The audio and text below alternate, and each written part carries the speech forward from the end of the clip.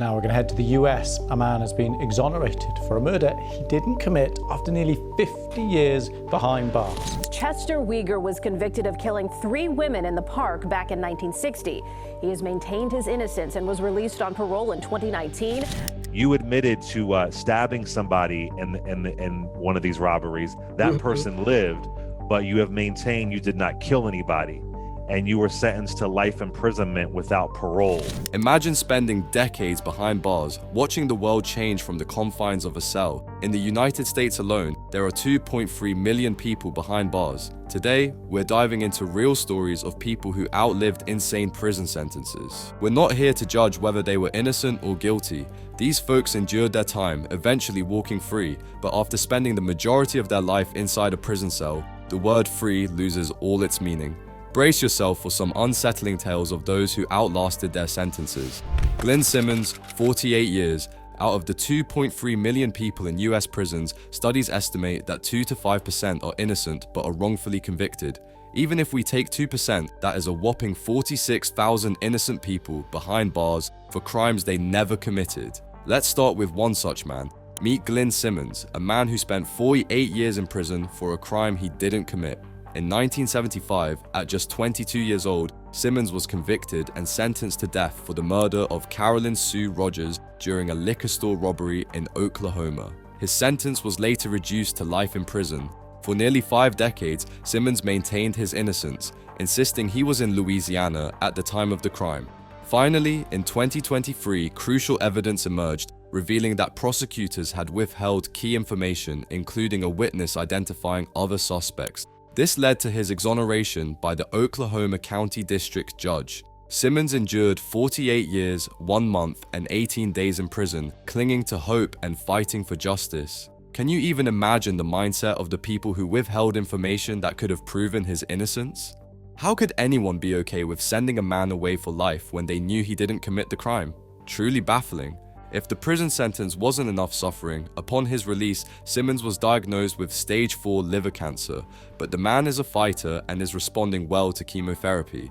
Despite the joy of his newfound freedom, the emotional and physical toll of his wrongful imprisonment is immeasurable. The thought of being confined in prison for 50 years for something you had nothing to do with has to be one of the worst things for a person's mental state. Even though nothing can return Simmons' most important and productive years, he continues his fight to seek accountability for the injustice he suffered. His story is a profound lesson in resilience and hope.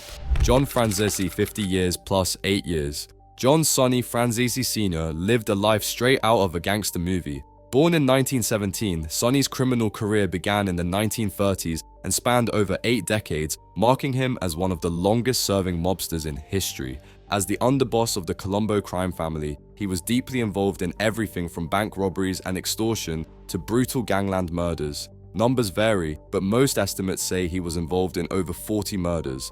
In 1967, Sonny was sentenced to 50 years in prison for his role in orchestrating numerous bank robberies across the country, but prison didn't keep him down for long. Paroled in 1978, he repeatedly violated parole and was sent back to prison multiple times. By 2005, despite his advanced age, he was back in action, serving as the Colombo family's underboss again. In 2011, at the age of 93, Sonny was convicted of extortion, thanks in part to the testimony of his own son, John Jr., who wore a wire for the FBI. This conviction led to an additional 8-year prison sentence. When Sonny was finally released in 2017, he was 100 years old, making him the oldest federal inmate in the US. Sonny's unyielding loyalty to the mob life, right up until his death at 103, despite its terrifying nature, is really fascinating. What drove him to indulge in a gangster lifestyle even at an age where most people retire and live a calm life? His life was a testament to the brutal, relentless nature of organized crime, showcasing the lengths one man would go to maintain power and control even into his final years. Ultimately, it was his own son who had to put an end to it. Alfred Alf Vincent, 52 years. Alfred Alf Vincent's story is a dark chapter in the annals of criminal history. As New Zealand's longest-serving prisoner, his crimes were both heinous and numerous. Vincent, originally from Canterbury, was convicted in 1968 of assaulting 5 boys, though he was suspected of molesting between 200 and 500 children. Vincent was sentenced to an open-ended term of preventive detention designed to keep dangerous offenders incarcerated indefinitely. Despite being eligible for parole after 7 years, he remained behind bars for 52 years. His repeated parole denials were due to the parole board's assessment that he posed an undue risk to the community. It wasn't until late 2020, when his health had significantly deteriorated, that a judge determined he no longer posed a threat and could be released on parole. In February 2021, at the age of 83, he was finally released into the community, where he lived until his death later that year. Vincent's life in prison was marked by continued inappropriate behavior, despite undergoing a sex offender treatment program 3 times. His enthusiasm for younger prisoners and persistent sexualized behavior kept him under strict supervision. Even as an elderly man, his actions caused concern, illustrating the deep-seated nature of his criminal tendencies. How can a man not let go of his impulses, even when those impulses have taken his entire life away from him? If he had shown a little remorse and willingness to change and curb his instincts, he could have come out of prison on parole sooner. Yet he just couldn't control his sexual desires. Maybe some are born that way and deserve to be kept behind bars. Machal Lalung, 54 years. Here is a tragic tale of neglect and injustice. Machal Lalung, a member of the Tiwa tribe from Assam, India, was arrested in 1951 at the age of 23 for causing grievous harm. Speaking only Tiwa and unable to communicate in Assamese, Hindi, or English, the main languages of the Indian state of Assam, he found himself misunderstood and voiceless in a complex legal system. Initially, Lalung was interned in a psychiatric hospital in Tezpur. Despite being declared fully fit in 1967, he was mistakenly transferred to a jail in Guwahati instead of being released. Forgotten and lost in the system, he languished there for nearly 4 decades without ever facing trial or being convicted. Talk about a failure of an entire system. It's one thing to be wrongfully convicted, but to be imprisoned and forgotten with no trial at all is a whole different level of injustice. It wasn't until 2003 that local human rights groups brought his case to the attention of the National Human Rights Commission of India. This intervention led to his release in 2005 after 54 years of unjust imprisonment. Lalung was finally freed at the age of 77. Unfortunately, Lalung's freedom was short-lived as he passed away in 2007. The systemic neglect in this case is truly heartbreaking. Lalung's case highlights the importance of the principle that it's better for 1,000 culprits to escape punishment than for one innocent person to be wrongly convicted. Robert Stroud, 54 years. Robert Stroud, famously known as the Birdman of Alcatraz, didn't outlive his prison sentence, but his remarkable contributions while incarcerated earned him a place on this list. Stroud's early life was marked by turbulence. He fled an abusive home at 13, and by 18, he was a pimp in Alaska. In 1909, he shot and killed a bartender who attacked his mistress, landing him a 12-year sentence at McNeil Island Penitentiary. Stroud quickly gained a reputation as a dangerous inmate. In 1916, he killed a guard, resulting in a death sentence, later commuted to life in solitary confinement. It was during his time in solitary at Leavenworth Penitentiary that Stroud's life took an unexpected turn. Discovering a nest of injured sparrows sparked his interest in birds, and he began raising canaries and conducting extensive avian research. His work led to significant contributions in avian pathology, including a cure for hemorrhagic septicemia. Stroud's book, Diseases of Canaries, published in 1933, garnered respect in the ornithological community. Despite his scientific success, his activities angered prison staff, leading to his transfer to Alcatraz in 1942, where he was stripped of his birds and equipment. At Alcatraz, Stroud continued his intellectual pursuits, writing a history of the penal system. Notably, during the Battle of Alcatraz in 1946, he attempted to protect fellow inmates, demonstrating a rare moment of solidarity. In 1959, Stroud was transferred to the medical center for federal prisoners in Missouri, where he spent his final years. He passed away in 1963 after spending over 5 decades behind bars. Imagine the contributions he could have made to society if he had not committed a crime at the age of 19 and ended up behind bars. How many more nameless men and potential have been lost to a moment of impulse and crime? Andras Toma, 55 years. Imagine being lost and forgotten for over half a century.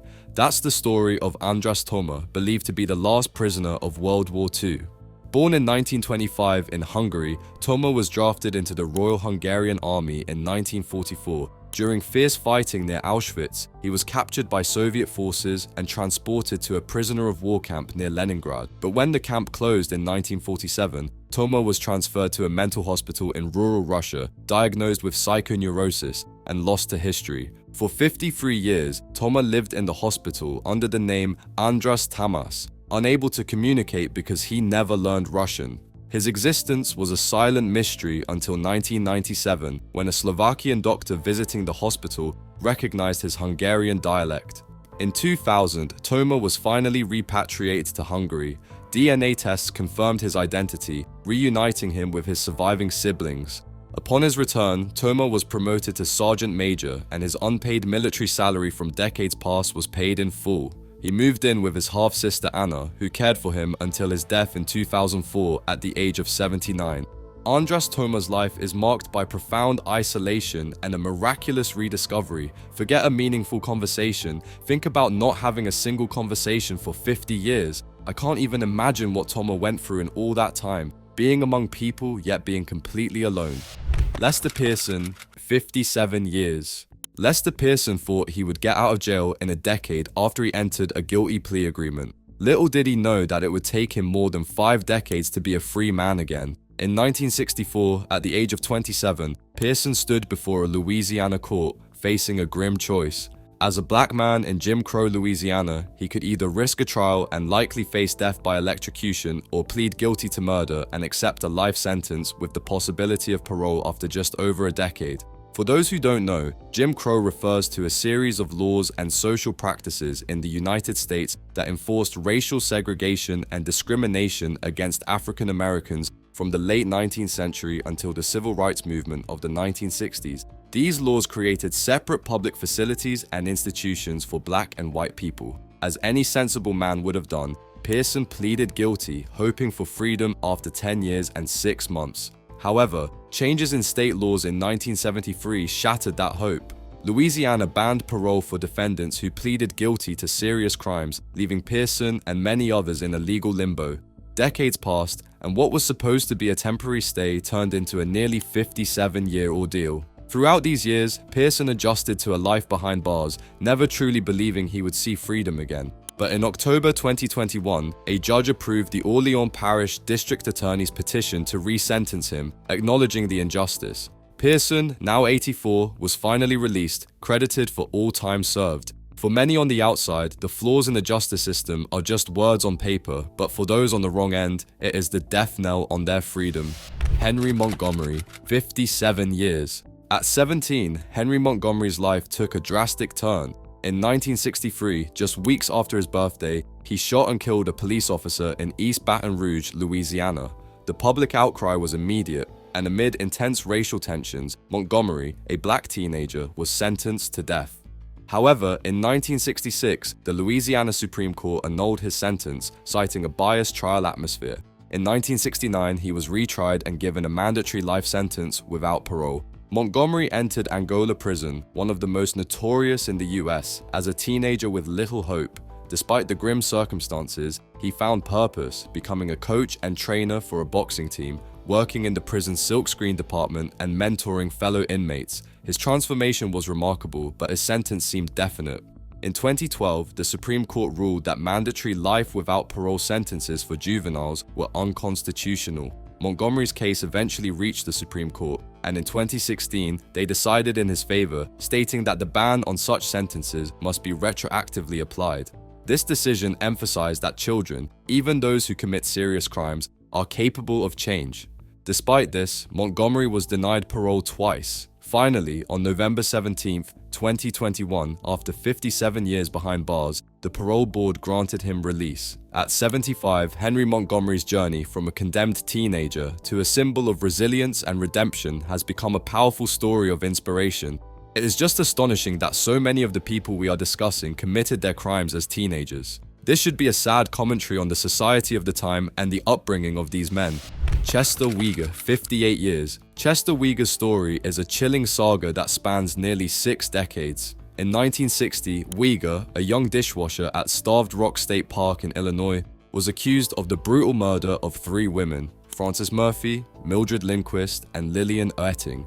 Their bodies were discovered in a cave, bound with twine and bludgeoned to death. The case shocked the nation, and Uyghur quickly became the prime suspect. Despite passing multiple lie detector tests, Uyghur was relentlessly pursued by investigators due to his past run-ins with the law. Under intense interrogation, he confessed to the murders, only to withdraw his confession later, claiming it was forced. Nevertheless, in 1961, he was convicted for the murder of Lillian Oetting and sentenced to life in prison. For decades, Uyghur maintained his innocence, continuously seeking parole and professing that he was wrongfully convicted.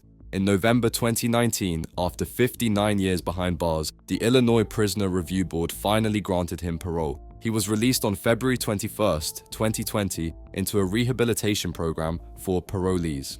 In a twist, DNA testing on hair evidence found at the crime scene revealed that it did not belong to Uyghur, adding a layer of doubt to his long-held conviction. How many more such cases are there in history, where people were sentenced not because of evidence, but because of perception and belief of a few? Hans-Georg Neumann, 59 years. Hans-Georg Neumann was born in 1936. He had a troubled upbringing, being the son of a prostitute and growing up in an orphanage in Kreuzberg, Germany. His early years were marked by petty thefts, leading to a stint in juvenile detention. Despite finding a brief period of stability with a foster family, his life took a dark turn. On January 13, 1962, Neumann's actions would seal his fate. He abducted a young couple at a lover's lane in Berlin, and when the woman resisted, shot them both with a .38 caliber revolver. The man survived long enough to identify Neumann, who was arrested 6 days later. In 1963, Neumann was sentenced to life imprisonment for the double murder, drawing national attention and even inspiring a painting by Gerhard Richter. Neumann became the longest-serving prisoner in Germany. Despite multiple parole applications, his bids for freedom were consistently denied due to negative social perception. Experts said he remained as unrepentant and unapologetic as the day he was arrested. In March 2021, after 56 years, his release on parole was finally ordered, with preparations for reintegration beginning immediately. Neumann was paroled later that year and passed away in 2022. His life shows the enduring consequences of a single violent act. Life can turn in an instant. Including his own, 3 lives were destroyed forever by his one impulsive action. Harvey Stewart, 60 years. Harvey Stewart's life is a tale of crime, punishment, and an unexpected path to freedom. In 1951, at just 23 years old, he was first sent to prison for a junkyard heist in Houston. 6 years later, he was paroled, only to find himself back behind bars in 1958 for a murder in Beaumont. This time, he received a life sentence. In 1965, he briefly escaped only to be recaptured. He spent decades largely forgotten, his family gone, and his days marked by routine and isolation. For 60 years, Stewart watched the world change from behind bars. Gasoline went from 20 cents a gallon to prices he couldn't fathom, and technology leapt forward in ways he could barely comprehend. In 2011, the Texas Board of Pardons and Paroles finally approved his release, considering his age and declining health. At 83, Stewart was a free man, but all those years behind bars had crushed his desires. His wishes were now simple: a root beer and a good meal. Those inside the prison walls, time stands still, even as the world outside moves on without them. When they are released after decades, they don't recognize the world they are entering. Clifford Hampton, 60 years. Clifford Hampton, in 1958, at the age of 17, committed a brutal crime that would haunt the community for decades. He murdered 18-year-old Bertha Ann Gibson after she refused his sexual advances, stabbing her 28 times. The horrific nature of the crime shocked everyone, and Hampton was sentenced to life in Angola prison. 3 years later, Hampton's violent behavior escalated behind bars. He killed a fellow inmate, Kami Time, for allegedly spreading lies about him, earning another life sentence. Throughout his incarceration, his record was marred by further violent incidents, including a sex offense and possession of makeshift weapons. Despite this troubled history, Hampton was paroled in April 2019, thanks to changes in state laws permitting parole eligibility for juvenile homicide offenders. His release, however, sparked outrage. Victims' families and prosecutors were appalled, questioning how someone with such a violent past could be deemed a model inmate. This raises an important question and highlights a legal flaw. Just because you are parole eligible doesn't mean you should walk out. The parole board's decision to release Hampton left the community and the victim's family feeling betrayed and fearful. did Hampton deserve a chance to re-enter society? Should he be walking free? And more importantly, what's to say he won't commit another crime? Charles Edric Ford, 64 years. The 1950s was a different time. The American legal system was plagued with racial injustices, and Charles Edric Ford's life was a victim of this racial prejudice. In 1952, at just 19 years old, Ford, a black man, was convicted of murder by an all-white jury in Maryland. The charge, the brutal killing of Vincent Lewis, shot through the head of Emma Washington and then bludgeoned to death with a shotgun butt. The sentence, life imprisonment. Ford's trial, marred by racial prejudice, was anything but fair. His attorney was inexperienced, crucial alibi witnesses were never called, and the prosecution's witnesses contradicted each other. The all-white jury, reflective of the era's deep-seated racism, decided his fate with little regard for justice. Had it been a black-on-white crime, Ford likely would have faced the death penalty. Instead, he received a life sentence. For 64 years, Ford maintained that he did not kill Vincent. He claimed he was not even there. Yet he languished in prison. It wasn't until 2015 that his conviction was revisited. The court found his original trial unconstitutional, citing ineffective assistance of counsel and a failure to inform him of his right to appeal. At 84, Ford was granted a retrial and released to a nursing home where he could finally receive proper medical care. Was Charles Edric Ford subjected to a biased trial and decades of wrongful imprisonment? Was justice ever truly served? Or did the color of his skin seal his fate from the start? More importantly, did the actual murderer go on to live a full and complete life? There is a very good chance that we will never know the answers to these questions. Howard Christensen, 64 years. In 1937, Howard Christensen, just 16, committed a horrific crime with his accomplice, Norman Westberg. The duo murdered Ada Carey, a schoolteacher in South Dakota during a botched robbery. The brutality of the crime, which involved shooting and bludgeoning Carey, was so shocking that it spurred South Dakota to reinstate the death penalty. Christensen, however, received a life sentence. Christensen's prison life was anything but stable. His erratic behavior led to multiple psychiatric hospitalizations and even considerations for a lobotomy.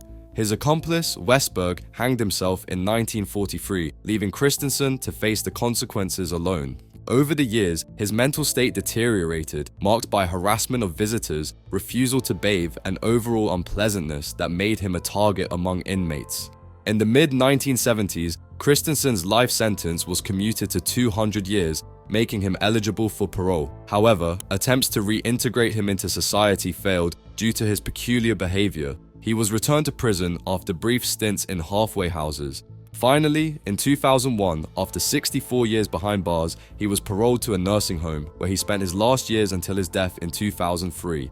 Again, a horrific crime committed by teenagers. 3 lives with bright futures were destroyed on one fateful day. Looking at the brutality of the crime, Christensen deserved what he got. But questions must be raised about the idea of nature versus nurture, and what role his surroundings and circumstances played in him becoming what he became. Richard Honeck, 64 years. Richard Honeck, a 20-year-old telegraph operator, was sentenced to life in prison for the brutal murder of his former school friend, Walter F. Kohler. The crime, committed in 1899, was a cold, calculated act of revenge. Honeck, along with his accomplice Hermann Hundhausen, meticulously planned Kohler's murder, arming themselves with knives, revolvers, and a club. Their motive? Kohler had testified against them in an arson case years earlier. Honeck's early years in prison were anything but smooth. Known for his violent behavior, he once stabbed the assistant warden with a handmade knife. This act earned him 20 days in solitary confinement and 6 months shackled with a ball and chain. Despite this rough start, he spent 35 years working in the prison bakery and managed to maintain a clean record after that initial turbulence. Over his 64 years behind bars, Honeck received just 1 letter and had only 2 visitors. His case resurfaced in 1963 when his niece Clara Orff intervened. This led to his parole on December 20th, 1963. At 84, Honeck moved to Oregon with his niece and spent his final years in a Roseburg nursing home, passing away in 1976 at the age of 97. What makes people think they can get away with such crimes, especially premeditated murders? Doesn't the thought of spending the rest of their lives in prison cross their minds at all? Is the urge for revenge so great that they completely lose all sense of rational thinking? Johnson Van Dyke Grigsby, 66 years. In 1907, a bar fight in Anderson, Indiana, turned deadly when 17-year-old Johnson Van Dyke Grigsby fatally stabbed James Brown. As racial slurs flew, the altercation escalated, and Grigsby, an African-American, found himself convicted of second-degree murder. To avoid the electric chair, he pleaded guilty and was sentenced to life in prison. Arriving at the Indiana State Penitentiary in 1908, Grigsby began what would become an incredibly long stint behind bars. Over the years, he applied for parole 69 times, but was continually denied. Despite his good behavior and dedication to reading the Bible, a dictionary, and encyclopedias, it seemed he would never taste freedom. Finally, in December 1974, after 66 years in prison, Grigsby was paroled at the age of 89. However, the world outside had changed dramatically and he struggled to adjust. Within months, finding life on the outside too difficult, Grigsby voluntarily returned to prison. He was released again in 1976 and spent his remaining years in a nursing home, where he found solace in the structured environment. He died in 1987 at the age of 101. There are no easy answers, but what does serving justice and rehabilitation actually mean?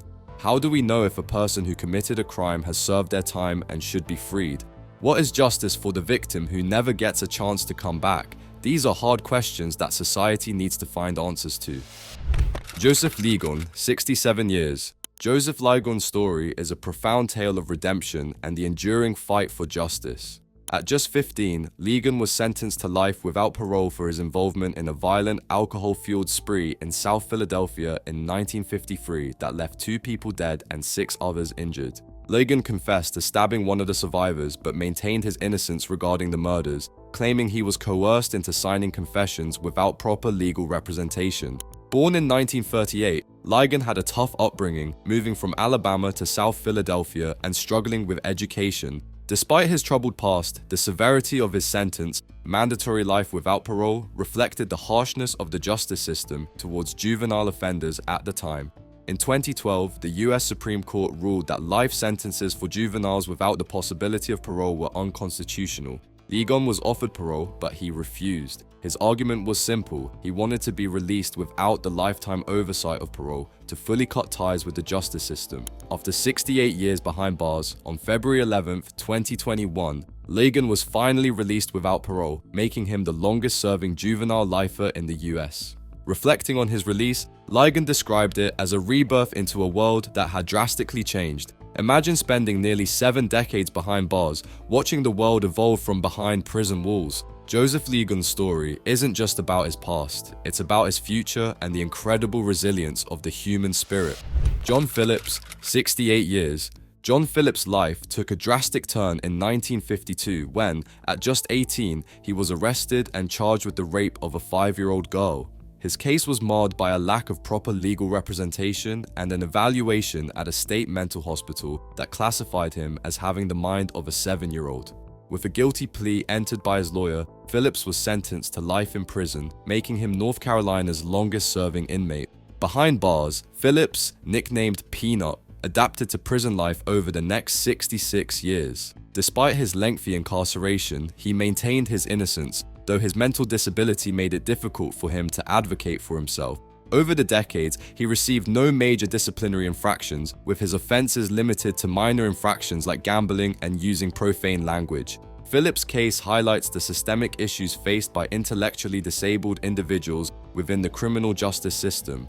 His inability to understand the legal process and lack of adequate representation contributed to his prolonged imprisonment. Despite being eligible for parole multiple times, Phillips often rejected the idea of freedom, finding comfort in the structure of prison life. In March 2021, at the age of 89, Phillips was finally released on parole. The crime he was convicted of is so heinous that speculating about it would be a grave injustice to the victim. His story is a somber reminder of the complexities and flaws in our justice system, a sad end to 2 lives. Paul Geidel Jr., 68 years. Paul Geidel Jr.'s life took a dramatic turn in 1911 when, at just 17, he committed a crime that would keep him behind bars for nearly 7 decades. Working as a bellhop in New York City's Iroquois Hotel, young Paul attempted to rob 73-year-old William H. Jackson, a wealthy broker. The robbery went tragically wrong and Guidel suffocated Jackson with a chloroform-soaked rag, netting only a few dollars for his efforts. Arrested just 2 days later, Guidel was convicted of second-degree murder and sentenced to 20 years to life. He started his sentence at Sing Sing prison, where his behavior was good enough to potentially shorten his time. However, in 1926, he was declared legally insane and transferred to Dannemora State Hospital for the criminally insane, where he spent the next 46 years. In 1972, Guidel was moved to Fishkill Correctional Facility, living in a unit designed for elderly inmates. Despite being granted parole in 1974, Guidel, deeply institutionalized by then, chose to remain in prison, fearing the outside world he had long forgotten. It wasn't until 1980, at the age of 86, that Guidel finally left Fishkill, making him the longest-serving prison inmate in the United States at the time. After his release, Guidel lived in a nursing home in Beacon, New York, until his death in 1987 at the age of 93. His story highlights the effects of long-term imprisonment and the challenges faced by those re-entering society after decades behind bars. Francis Clifford Smith, 71 years. Francis Clifford Smith's story is a haunting chronicle of an 8-decade incarceration. At just 24 years old, he was sentenced to death for the 1949 murder of a night watchman during a robbery at a yacht club. The crime, committed in the sleepy town of Greenwich, Connecticut, shocked the community. Smith and his accomplice aimed to rob the club, but ended up taking a life instead. As Smith awaited execution, his fate took a sudden turn in 1954. Just 2 hours before he was to be electrocuted, his sentence was commuted to life in prison. Thus began his long journey through the American penal system. He spent years in the notorious Osborne Correctional Institution, witnessing the harsh realities of life behind bars. Despite his grim surroundings, Smith's story is marked by resilience. Over the years, he maintained his innocence, tirelessly pursuing legal avenues to prove it. His case is riddled with contradictions and claims of coerced confessions, casting a shadow of doubt over his conviction. Yet the system held him captive for nearly 71 years, making him the longest-serving prison inmate in the United States whose sentence ended in release. In July 2020, at the age of 95, Smith was finally granted parole. After decades of confinement, he moved to a nursing home, a stark contrast to the prison cells that had been his world for so long. Even in freedom, Smith's life remains tethered to the past. His story is a chilling reminder of how time, once lost, can never be reclaimed, and how the shadow of justice can linger long after the bars have opened. These stories echo the haunting reality of those who were trapped behind bars for decades. Most of these men were just teenagers or very young when they committed their crimes, and they paid dearly. Their tales underscore the profound impact of long-term imprisonment and the enduring quest for justice and redemption.